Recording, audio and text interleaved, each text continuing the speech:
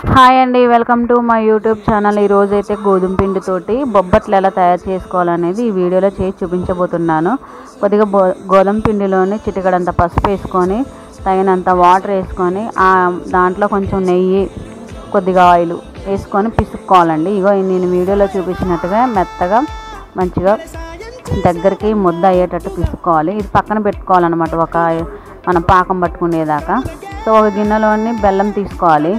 నేనైతే 1/4 కేజీ బెల్లం తీసుకున్నాను. 1/4 కేజీ బెల్లంలోనే చిన్న గ్లాసుడు నీళ్ళు వేసేసి పాకం పట్టుకుంటున్నాను అనమాట.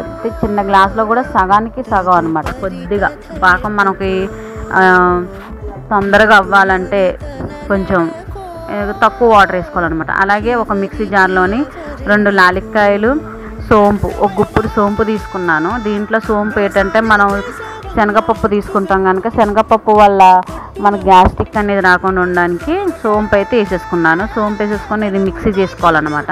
మిక్సీ తీసుకొని ఆ పొడిని పక్కకు పెట్టుకోవాలన్నమాట. ఇప్పుడైతే చూడండి ఎంత మెత్తగా అయిపోయిందో మిక్సీ చేయడం వల్ల.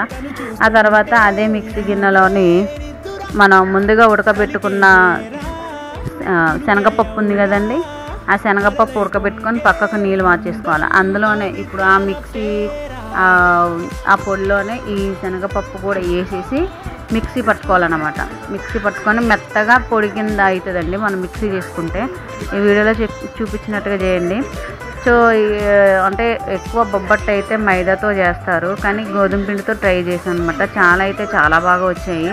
మీరు కూడా ట్రై చేయండి.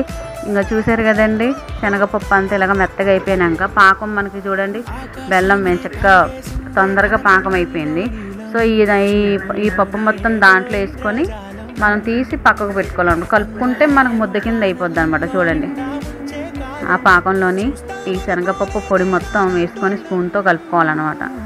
కలుపుకున్నాక కొంచెం అంటే దగ్గరికి అయిపోద్ది. ఇదంతా సరిపోద్ది అనమాట. 1/4 కేజీ బెల్లానికి 1/4 కేజీ పప్పు సరిపోద్ది అనమాట. సో నేను ఈ విధంగా చేస్తున్నాను.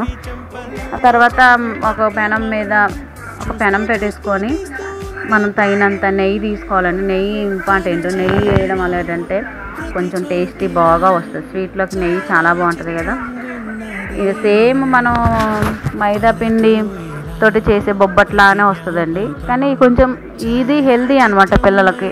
గోధుమ పిండి అయితే తొందరగా అరుగుతుంది, మైదా అయితే అరగదు కదండి. మనం చేసుకున్న ఈ శనగ పూర్ణం ఉంది కదండి, అది మధ్యలో పెట్టుకొని సేమ్ టు సేమ్ బొబ్బట్టు మనం ఇప్పుడు మైదా బొబ్బట్టు ఎలా వేసుకుంటాం అలాగే గోధుమ బొబ్బట్లు అనమాట ఇవి.